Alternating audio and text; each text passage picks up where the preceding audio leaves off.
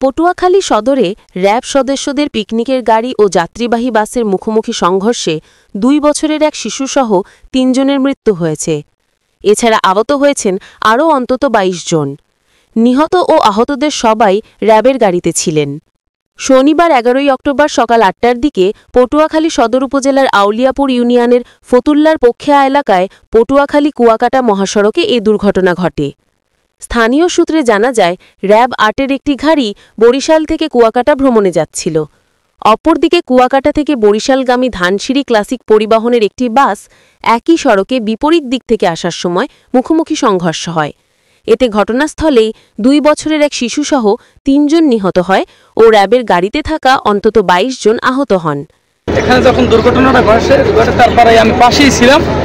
তো আসলে যে আমরা যে প্রতিদিন যে ঘটনাগুলো ঘটে কুয়াকাটা মহাসড়কে, এটার মেইন উদ্দেশ্য হচ্ছে যে আমাদের যে রাস্তা, এই রাস্তাটা তো টু লাইন, এই জন্য এই সমস্ত দুর্ঘটনাগুলো প্রতিদিনই ঘটে।